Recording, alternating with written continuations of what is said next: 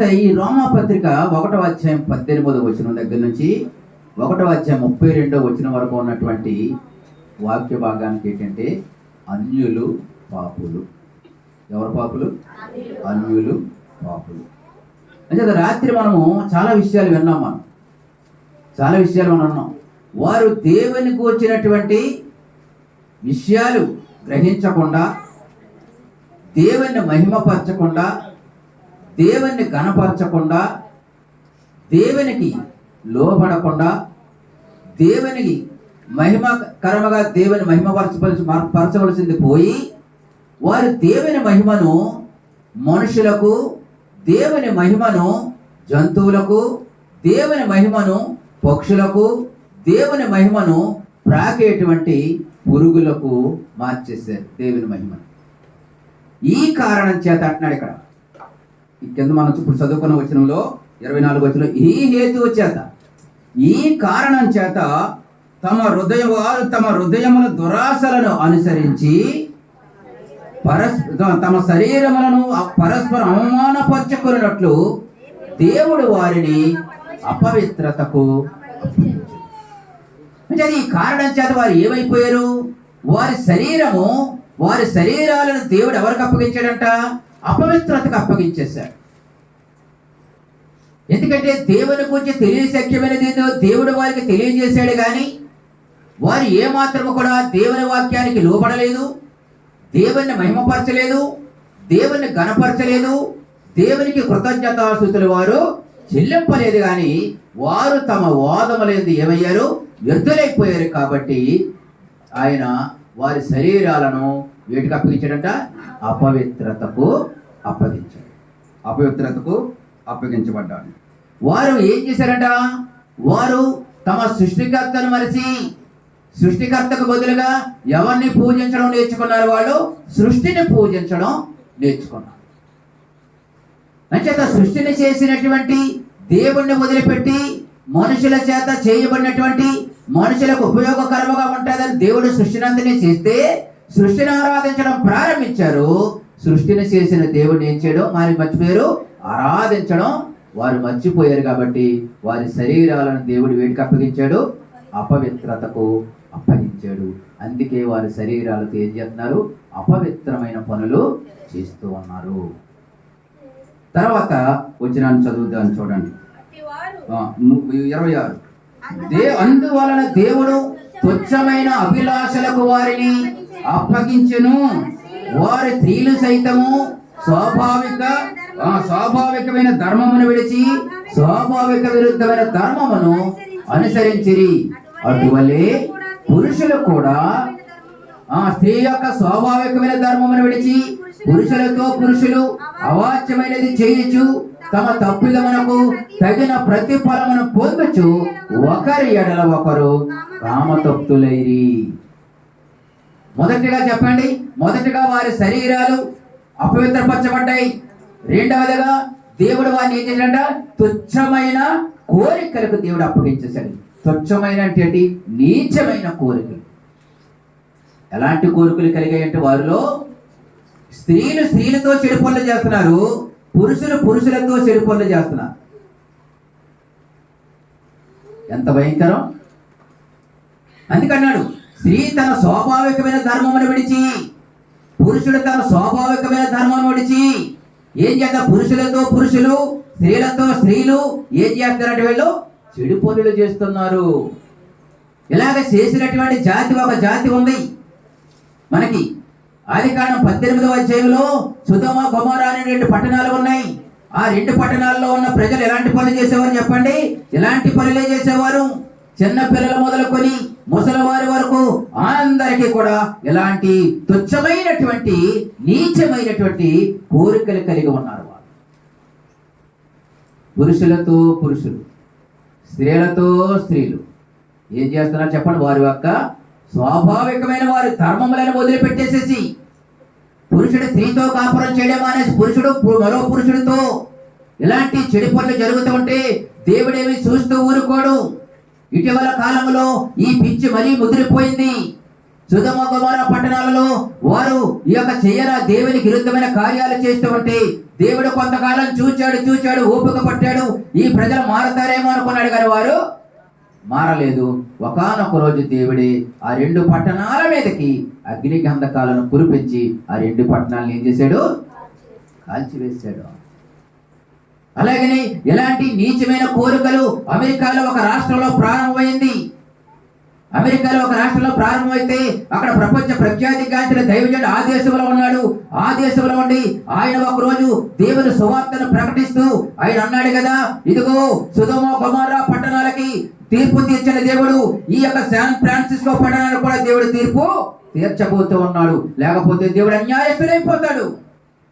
దేవుడు న్యాయవంతుడు కాబట్టి ఆయన తీర్పు సత్యమును అనుసరించి ఉంటది, న్యాయమును అనుసరించి ఉంటది. సొదొమ గొమొర్రాలకి తీర్పు తీర్చిన దేవుడు ఈ యొక్క శాన్ ఫ్రాన్సిస్కో పట్టణానికి కూడా దేవుడు తీర్పు తీర్చబోతూ ఉన్నాడు అని ఆయన ప్రకటించేశాడు. దేవునికి స్తోత్రం కలుగునుగాక. ఈ రోజుల్లో చెప్పండి, ఈ రోజుల్లో కొంతమంది ఏమవుతున్నారు చెప్పండి? స్త్రీలుగా మారిపోతూ ఉన్నారు, పురుషులు స్త్రీలుగా మారిపోతూ ఉన్నారు.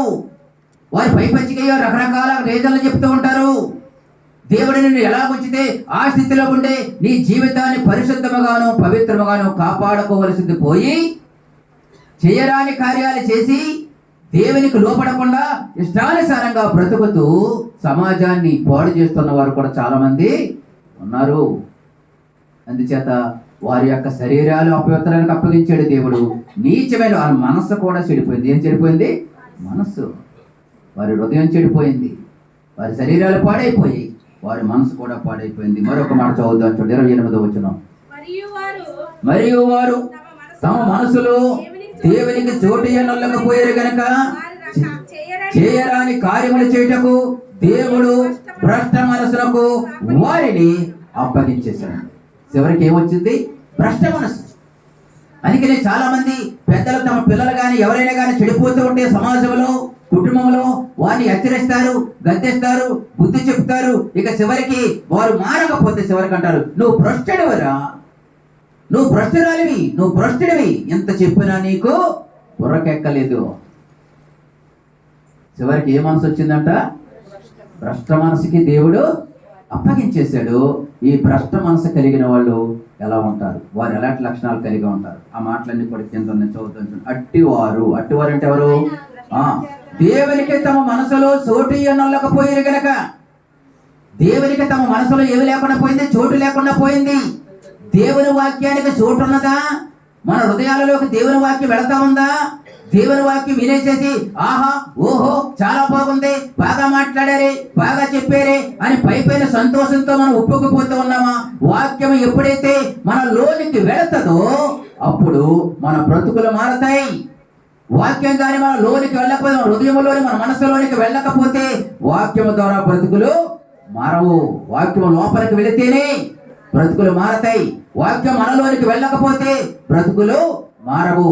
దేవుని వాక్యం ఎలాంటిదో చెప్తున్న ఎబ్రీ పత్రిక 4వ అధ్యాయము 12వ వచనములో వాక్యాన్ని గురించి అక్కడ కొన్ని మాటలు మనం చదువుతాం, చూడండి. ఎందుకనగా దేవుని వాక్యము సజీవమైన బలము గలదై 2 అంచెలు గల ఎటువంటి ఖడ్గము కంటెను వాడిగా ఉండి ప్రాణాత్మలను కాళ్ళను కీళ్లను మూలుగను విభజించినంత మట్టుకు దూరచు హృదయం యొక్క తలంపులను ఆలోచనలను. చూసారా? దేవుని వాక్యం అంటే మనిషి యొక్క జీవితంలో, మనిషి యొక్క హృదయంలో, మనసులో ఏ లోతులో పాపం ఉన్నా కానీ ఆ పాపాన్ని బట్టబయలు చేసేది ఎవరంటే దేవుని వాక్యం. దేవుని వాక్యం. అందుకనే దేవుని వాక్యాన్ని వినాలి, దేవుని వాక్యాన్ని చదవాలి. దేవుని వాక్యాన్ని చదివి విని ఆ వాక్య ప్రకారముగా జీవించడానికి ఎవరు ఇష్టపడతారో వారి పాపానికి దూరముగా ఉంటారు. దేవునికి మరింత దగ్గరై పరిశుద్ధముగాను నీతిగాను ఈ లోకంలో జీవించగలుగుతారు. దేవునికి స్తోత్రం కలుగునుగాక. హల్లెలూయా. అందుచేత మనలో ఏముండాలి చెప్పండి? దేవుని వాక్యము. కొలసీలకు రాసిన పత్రికలో ఒక మాట మనం చదువుతాం, చూడండి. కొలసీ పత్రిక 3వ అధ్యాయం 17వ వచనం 16వ వచనం చదువుకుందాం. సంగీతములతోనూ కీర్తనలతోనూ ఆత్మ సంబంధమైన పద్యములతోనూ ఒకరికి ఒకడు బోధించుచు బుద్ధి చెప్పుచు కృపా సహితముగా మీ హృదయములలో దేవుని గూర్చి గానము చేయుచు సమస్త విధములైన జ్ఞానముతో క్రీస్తు వాక్యము మీలో సమృద్ధిగా నివసింప. అంటే మనలో ఏముండాలని దేవుడు కోరుకుంటున్నాడు? దేవుని వాక్యం మనలో ఉండాలి. దేవుని వాక్యం మనలో ఉండాలంటే వాక్యాన్ని మనం ఏం చేయాలి? చదవాలి. చదివిన వాక్యం ఎక్కడ ఉండాలి? మన మనసులో ఉండాలి. మన మనసులో ఉన్న వాక్యం ఎక్కడికి రావాలి? హృదయంలోకి రావాలి. హృదయంలోకి వచ్చిన వాక్యం ఏం చేయాలి? మన అనుదిన జీవితంలో ఆ వాక్య ప్రకారంగా మనము చేయగలగాలి. అంటే దేవుని వాక్యము చెప్పండి, మనలో సమృద్ధిగా దేవుని వాక్యం ఉండాలి అంటే మన వాక్యాన్ని ఏం చేయాలి చెప్పండి? చెప్పండి. భోజనం చేసినప్పుడు ఒక గుప్పుడు మెతుకులు పెట్టారు అనుకోండి, ఆ గుప్పుడు మెతుకులు పెట్టారు అనుకోండి, ఎలా ఉంటుంది? ఎలా ఉంటుంది? ఇంట్లో అంటే పర్లేదు అడ్జస్ట్ అయిపోతాం. ఏదైనా ఫంక్షన్కి వెళ్ళినప్పుడు చెప్పండి, మా స్పూన్తో తీసుకుంటుంది అనుకోండి, స్పూన్తో రెండు స్పూన్లు వేసారు అనుకోండి, ఎలా ఉంటుంది? ఎలా ఉంటుంది? వెళ్ళి కూడా వచ్చి కూడా చెప్పేస్తాడు. చెప్పండి. కొంచెమే తిన్నాం అనుకోండి, ఎలా ఉంటుంది? అప్పుడు మనసు ఎలా ఉంటుంది? చాలా బాధగా ఉంటుంది. కడుపు నిండా తృప్తిగా తిన్నాం అనుకోండి, అమ్మయ్య అంటారు. మనకు కావాల్సిన ఐటమ్స్ దొరికాయి అనుకోండి, ఎంత బాగున్నాయి భోజనాలు, ఎంత బాగా జరిగింది కార్యక్రమం అంటాం. మరి దేవుని వాక్యం, నువ్వు తినే ఆహారము, మనం తినే ఆహారం ఈ శరీరానికి బలంగా ఉండడానికి, దేవుని వాక్యము మన ఆత్మ బలముగా ఉండడానికి, దేవునిలో ఎదగడానికి, దేవునితోటి సరైన సహవాసాన్ని మనం కలిగి ఈ లోకంలో పరిశుద్ధముగా జీవించడానికి. దేవునికి స్తోత్రం కలుగునుగాక. ఏం చేద్దామంటారు? వాక్యాన్ని చదవాలంటారు, వద్దంటారా? మనలో ఏముండాలని కోరుకుంటున్నాడు దేవుడు? వాక్యము సమృద్ధిగా ఉండాలని దేవుడు కోరుకుంటూ ఉన్నాడు. అంచేత ఒకరిని ఒకడు ఏం చేయమని చెప్తున్నాడు దేవుడు? ఒకరిని ఒకడు హెచ్చరించుకోమని చెప్తున్నాడు దేవుడు. ఒకరికి ఒకరు బుద్ధి చెప్పుకోమని చెప్తున్నాడు దేవుడు. ఆ మాట మనం చదివాం కదా. సంగీతములతోనూ కీర్తనలతోనూ ఆత్మ సంబంధమైన పద్యములతోనూ ఒకడికి ఒకడు చెప్పండి బోధించుచు బుద్ధి చెప్పుచు కృపా సహితముగా మీ హృదయములలో దేవుని గూర్చి గానము చేయుచు సమస్త విధములైన జ్ఞానముతో క్రీస్తు వాక్యం మీలో సమృద్ధిగా ఉండని. దేవుని స్తోత్రం. హల్లెలూయా. ఏముండాలంట? కీర్తనలు, సంగీతములు, చక్కగా పాటలు పాడుకుంటూ దేవుని ఏం చేయాలి? స్తుతించేవారిగా మనం ఉండాలా. ఉన్నాయి ఇంట్లో పాటలు ఉన్నాయా? ఇంట్లో ఈ పాటలు ఉండవు. ఆనందగానం ఉండాలంటే ఇంట్లో ఏ గానం ఉండాలి? ఆనందగానం ఉండదు. మనకి ఏ గానం ఉంటుంది చెప్పండి? ఏ గానం ఉంటుందమ్మా ఇంట్లో? ఆనందగానం ఉందా? రక్షించబడిన వారి గృహాలలో చెప్పండి, ఆనందగానం ఉందా? 118వ కీర్తనలో చదవండి వచ్చినాన్ని. నీతిమంతుల గుడారములలో రక్షణను కూర్చిన సునాదము, ఉత్సాహ సునాదములు వినబడు. ఎక్కడంట?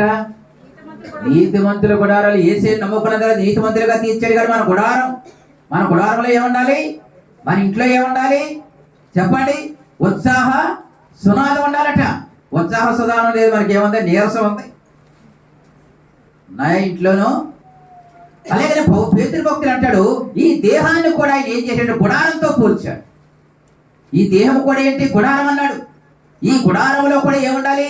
ఎల్లప్పుడూ దేవుని గురించిన స్థితులు ఉండాలి, దేవుని గురించిన పాటలు ఉండాలి, దేవుని గురించిన ఆసక్తి కలిగిన బిడ్డలుగా మనము ఉండాలి. అంచేత దేవుని వాక్యాన్ని చోటిస్తున్నామా? దేవుని వాక్యాన్ని చోటు ఉందా? ఒకవేళ చోటు లేకపోతే చోటు ఇవ్వండి ఆయనకి. భూమి మీద ఎక్కడ ఆయనకు చోటు లేదు కాబట్టి సిలువ మీద ఆయన తలవాల్చాడు. ఒక ఆయన దగ్గరకు వచ్చాడు, వచ్చి ఏసయ్య నువ్వు ఎక్కడికి వెళ్ళి వచ్చేస్తానంటే, అయ్యా నాకు చోటు లేదన్నాడు. అయ్యా ఆకాశ పక్షులకు గూళ్ళు ఉన్నాయి, నక్కలకు బొరియలు ఉన్నాయి, మనుష్య కుమారుడికి తలవాల్చుకోవడానికైనా చోటు లేదన్నాడు. ఆయన ఎక్కడ తలవాల్చుకున్నాడు? సిలువ మీద. సిలువ మీద తలవాల్చుకున్నాడు. ఆ యేసయ్య అంటున్నాడు, నీ హృదయంలో చోటిస్తావా? దేవుని వాక్యం ఎవరు? దేవుడే. దేవుని వాక్యం ఎవరు? యోహాను 1:1 ప్రకారం ఏంటి? ఆదియందు వాక్యం ఉండెను, వాక్యము దేవుని యొద్ద ఉండెను, వాక్యము దేవుడై ఉండెను, ఆ వాక్యమే శరీరధారిగా ఈ భూలోకంలో జన్మించాడు యేసయ్య. అంటే వాక్యమే యేసయ్య కాబట్టి మన అందరిలోనూ కూడా ఏముండాలి చెప్పండి? వాక్యం ఉండాలి. ఎలా ఉండాలి వాక్యము? సమృద్ధిగా. అంచేత ఈ రోమ పత్రికలో పదం ఇక్కడ వారి మనసులో ఎవరికి చోటు లేదంట? దేవుని. మన మనసులో దేవుని వాక్యాన్ని చోటు ఉందా? మన మనసులో దేవుని వాక్యం ఏదో వస్తున్నాను వెళ్తున్నానంటే కుదరదు. ఒకవేళ మన మనసులో కానీ దేవుని వాక్యానికి చోటు లేకపోతే, దేవుని వాక్యానికి లోపడకపోతే, వాక్య ప్రకారంగా జీవించకపోతే, ఒకవేళ మన మనసులో కానీ చోటు ఉందో లేదో, ఇక్కడ ఒక లిస్ట్ ఇచ్చాడు దేవుడు. ఈ లిస్ట్ చదువుదాం. ఈ లిస్టులో ఏవైతే మనలో ఉన్నాయో అవి వదిలిపెట్టేయాలి. చదువుదాం, చూడండి 29వ. అట్టివారు సమస్తమైన దుర్నీతి చేతను, దుష్టత్వము చేతను, లోపము చేతను, ఈర్ష్య చేతను నిండుకొని మత్సరము, నరహత్య, కలహము, కపటము, వైరమైన వాటితో నిండిన వారే గుండెగాండును, అపవాదకులను, దేవద్వేషులను, హింసకులను, అహంకారులను, వెంకములాడేవారును, చెడ్డవాటిని కల్పించేవారును, తల్లిదండ్రులకు అవిధేయులను, అవివేకులను, మాట తప్పువారును, అనురాగరహితులను, నిర్దయులునై. అది లిస్ట్ అన్నమాట. ఇది ఎవరిలో ఏమన్నాయి చూసుకోండి. అవి కానీ మనలో ఏమన్నా ఉంటే మనలోకి ఏమొచ్చేస్తున్నట్టు? భ్రష్ట మనసు అన్నమాట. భ్రష్టత్వం మనలో ఉన్నట్టు, మన మనసులో భ్రష్టత్వం ఉన్నట్టు అన్నమాట. చూడండి, ఏమైతే ఉన్నాయో, ఎవరిలోనే ఏమన్నా ఉంటే, ఆ లిస్టులో ఉన్న ఏమన్నా ఉంటే దేవుని సన్నిధిలో ఒప్పుకోండి, వదిలిపెట్టండి. ఎందుకంటే యేసుక్రీస్తుని ఎరగక ముందు ఎలాంటివన్నీ ఉన్నాయి. యేసుక్రీస్తుని ఎరిగిన తర్వాత ఇటువంటి వాటి జోలికి మనం వెళ్ళకూడదు. ఒకవేళ మనలో ఉన్నా కానీ వాటిని అన్నింటినీ వదిలిపెట్టేసుకొని ఈ భూమి మీద నీతిగా బతకాలి, పరిశుద్ధంగా బతకాలి, పవిత్రంగా బతకాలి. పరిశుద్ధముగా జీవించిన వారే పరలోకానికి వెళ్ళగలుగుతారు. ఈ భూలోకం కొరకు కాదు మనం బ్రతకడం, పరలోకం కొరకు బ్రతకాలి. ఈ భూలోకంలో జంతువులు బ్రతుకుతున్నాయి, మనుషులు బ్రతుకుతున్నారు. అయితే ఎవరైతే పరిశుద్ధత కలిగి భూమి మీద జీవిస్తాడో వాడు పరలోకానికి వెళతాడు. ఆ పరలోకంలో ఉండాలి అంటే ఆశ కలిగిన బిడ్డలుగా మనం ఉండాలి. దేవునికి స్తోత్రం కలుగునుగా. పరలోకానికి వెళ్ళాలి. యేసయ్య అందుకే వచ్చాడు. యేసయ్య అందుకే వచ్చి నరకానికి మీరు వెళ్ళకూడదు, పరలోకానికి వెళ్ళాలి అని ఆయన తన ప్రాణాన్ని బలిగా అర్పించాడు మనందరి కొరకు. అందుచేత ఈ ప్రజలు, ఏ ప్రజలు చెప్పండి? ఈ ప్రజలు ఎలా ఉన్నారు చెప్పండి? వారు దేవునికి మహిమ చెల్లించలేదు కాబట్టి, దేవునికి కృతజ్ఞతాస్తుతులు చెల్లించలేదు కాబట్టి, తమ వాదముల యందు ఎద్దులైపోయారు కాబట్టి, దేవుని గురించి తెలియశక్యమనేదో దేవుడు వారికి బయలుపరిచినప్పటికీ దేవుని వారి గణపరచలేదు కాబట్టి, దేవుడు వారి శరీరాలను, వారి యొక్క హృదయాలను, వారి మనస్సును చెప్పండి అపవిత్రతకు అప్పగించేసి. అందుచేత దేవుని సువార్త విన్నాం, ప్రభువుని నమ్ముకున్నాం, ప్రభు దగ్గరికి వచ్చాం. మనలో కూడా ఇంకా ఏమన్నా ఉన్నాయా? ఇంకా ఏమన్నా దేవునికి ఇష్టం లేని ఏమన్నా ఉంటే వాటిని ఒప్పుకొని వదిలిపెట్టేసి ప్రభు కనికరాన్ని పొంది ఆయన కృపలో వదిలేయడం మంచిది. అందుకే 32వ కీర్తన మొదటి వచనాన్ని చదువుతాను, చూడండి. 32వ కీర్తన మొదటి వచనం. 32వ కీర్తన మొదటి వచనం. తన అతిక్రమములకు పరిహారమునందినవాడు, తన పాపములకు ప్రాయశ్చిత్తమునందినవాడు ధన్యుడు. యెహోవా చేత నిర్దోషి అని ఎంచబడిన వాడు, ఆత్మలో కపటము లేనివాడు ధన్యుడు. దేవుని స్తోత్రం. అంటే అతిక్రమములన్నిటికీ ఏం జరగాలంటే ప్రాయశ్చిత్తం జరగాలి. తన అతిక్రమాలను ఒప్పుకోవాలి, వదిలిపెట్టాలి. దేవుని చేత నిర్దోషి అని ఎంచబడాలి. ఆత్మలో కమటము లేని వాడిగా ఈ లోకంలో జీవించాలి. అలాంటి వారి పరలోకంలో ప్రభు దగ్గర ఉంటారు. దేవునికి స్తోత్రం కలుగునగా. హల్లెలూయా చెప్పండి. ఈ లిస్ట్ అంతా ఉంది కదా, ఎలాంటి వారికి వచ్చే శిక్ష ఏంటో ఈ 32వ వచనంలో ఉంది. ఇట్టి కార్యములను అభ్యసించేవారు మరణమునకు తగిన వారు అని దేవుని న్యాయమితిని వారు బాగుగా ఎరిగియుండి వాటిని చేయుచున్నారు.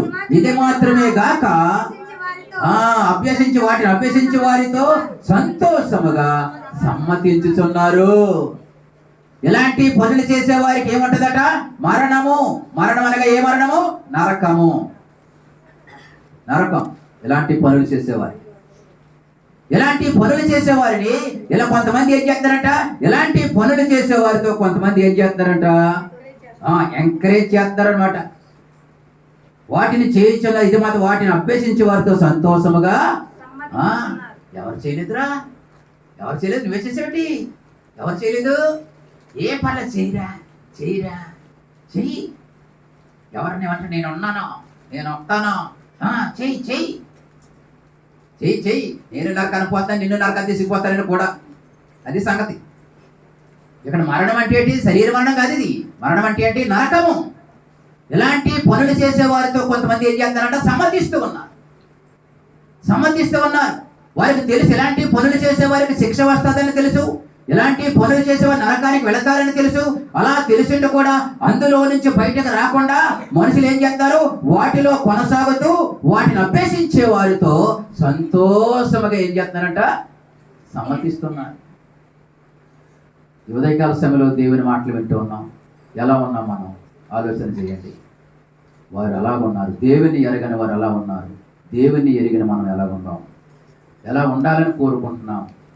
ఈ భూలోకం మట్టుకే కాదు మనం బ్రతకడం. కష్టం కలిగిన, శ్రమ కలిగిన, బాధ కలిగిన ప్రభువుని నమ్ముకున్నాం కాబట్టి. మునుపు యేసుక్రీస్తుని ఎరగక ముందు మనం ఇలాగే ఉన్నాం. చదువుతాం ఎఫెసీ పత్రికలో మాటలు. ఈ మునుపు అలా ఉన్నాం, కానీ యేసుక్రీస్తుని ఎరిగిన తర్వాత అటువంటి వాటికి మనం దూరముగా ఉండాలి. అటువంటి వారికి దూరముగా ఉండాలి. ఎఫెసీ పత్రిక 2వ అధ్యాయం 3వ వచనం చూడండి. 2వ వచనం చదువుతాం చూడండి.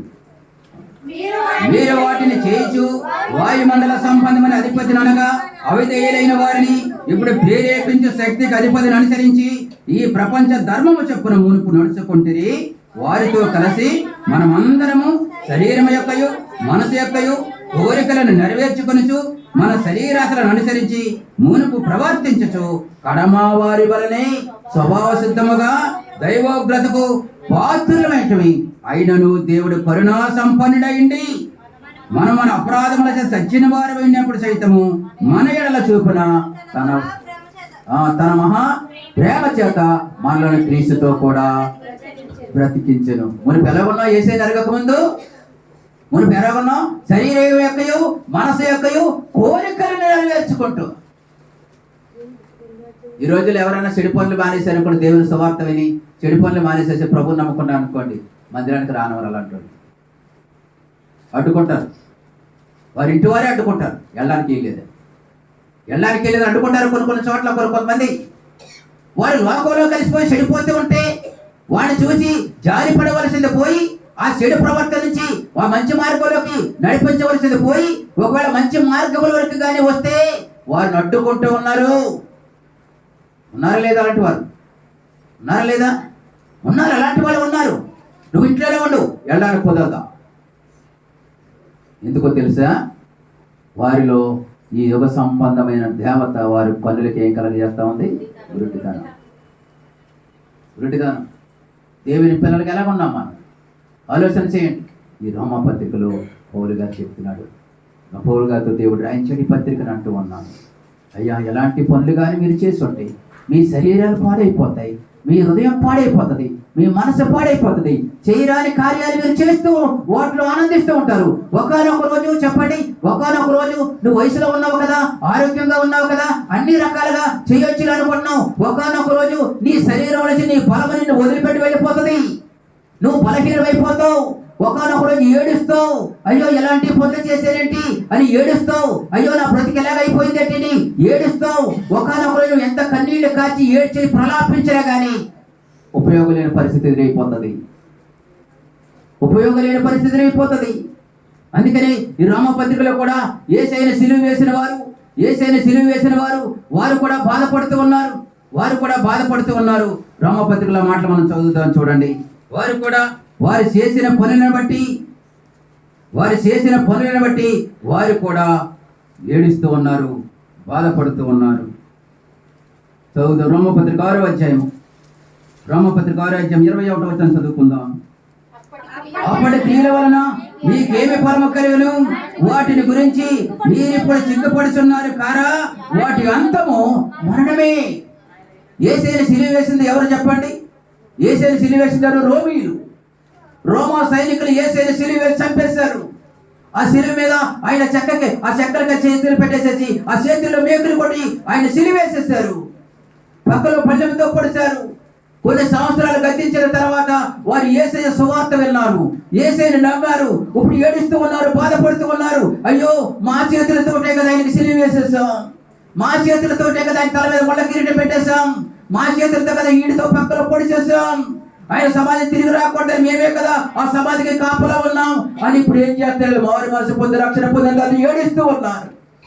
పౌలు గారు అప్పటి క్రియల వల్ల మీకేం ఫలమో కలిగి మీరేం సాధించారు? ఈరోజు మీరు రక్షణలోనికి రావడానికి కారణాలు ఆయనే అన్నాడు. అందుకని అపోస్తలుల కార్యం కదా 4:12 వచ్చినట్టు ఉన్నాడు, మరి ఎవరి వల్లనో రక్షణ కలగదు, ఈ భూమి మీద కూడా ఏ నామమున రక్షణ లేదు కానీ యేసు క్రీస్తు వల్లనే రక్షణ కలుగుతుంది అన్నాడు. చప్పుడు కూడా దేవుని మహిమపరుద్దాం. హల్లెలూయా. అందుచేత యేసయ్యకి విరోధమైన కార్యాలు కానీ యేసయ్యకి విరోధమైనటువంటి పనులు కానీ మనం ఎవరూ చేయొద్దు. యేసయ్యలోనికి వచ్చాం, మునుపు యేసయ్యని ఎరగలేదు కాబట్టి ఏది పడితే అది చేస్తాం, ఎక్కడికి పడితే అక్కడికి వెళ్ళాం, ఏది పడితే అది మాట్లాడాం. కానీ యేసయ్యని ఎరిగాము కాబట్టి ఇక మీదట యేసయ్యకి ఇష్టమైనది ఏది కూడా మనం చేయడానికి వీలు లేదు. ఎందుకంటే ఇప్పుడు యేసయ్యలోనికి వచ్చేసాం. యేసయ్య మనల్ని ఎలా ఉండాలని కోరుకుంటే యేసయ్య ఎలా జీవించాడో ఈ భూమి మీద మనం కూడా అలా జీవించాలని కోరుకుంటూ ఉన్నాడు. యేసయ్య బిడ్డలము యేసయ్యలాగా ఈ లోకంలో బ్రతకగలగాలి. లోకస్తులాగా బ్రతకడానికి వీలు లేదు, యేసయ్యని ఎరగని వారిలా బ్రతకడానికి వీలు లేదు. కానీ యేసయ్య బిడ్డలుగా యేసయ్య కొరకే మనం ఈ లోకంలో జీవించవలసిన వారమే ఉన్నాం. దేవునికి స్తోత్రం కలుగునుగాక. హల్లెలూయా. అందుకే యేసయ్య అంటే మనకు అర్థమైంది, యేసయ్య అంటే మనకు తెలిసింది. కాబట్టి యేసయ్య ఎంతవరకు నా జీవితంలో నీకు ఇష్టం లేని ఇంకా ఏదైనా ఉంటే పరిశుద్ధాత్మ దేవుడు మనకు జ్ఞాపకం చేస్తూ ఉంటే వాక్యం వింటుండగా ఎవరిలో ఏదైతే ఉందో దేవునికి ఇష్టం అది ఒప్పుకోండి, వదిలిపెట్టండి. నేనైనా మీరైనా ఎవరైనా వాక్యానికి లోబడదాం, యేసయ్య యందు భయభక్తులు కలిగి ఉందాం, ఆయన బిడ్డలుగా జీవిద్దాం. ఈ లోకంలో ఆయన నామాన్ని మహిమపరుద్దాం, ఆయనకు మహిమ కలిగించే బిడ్డలుగా మనము జీవిద్దాం. అట్టి కృప, అట్టి ఆశీర్వాదము ప్రభు మనందరికీ అనుగ్రహించిన కాక ప్రార్థన చేసుకుందాం. ప్రేమగల మా తండ్రి, కృపగల మా యేసయ్య, వినినవి మాటలు మా అందరి హృదయాల్లో భద్రపరచండి. నీ బిడ్డలుగా ఈ లోకంలో మేము జీవించడానికి ఆత్మదేవ మీ సన్నిధి మాకు తోడుగా ఉంచండి. ప్రభు మీకునైనా నేను విరోధమైన కార్యాలు ఏవైనా ఎవరిలోనైనా ఉంటే వాటిని ఒప్పుకొని వదిలిపెట్టి వాటి జోలికి ఎన్నడూ వెళ్ళకుండా మీలో నీతిగాను మీలో పరిశుద్ధముగాను పవిత్రముగాను జీవిస్తూ మిమ్మల్ని మహిమపరిచే కృప దయచేయండి. అన్ని విషయాల్లో తోడు నడిపించండి. యేసు నామమున తండ్రి. ఆమేన్.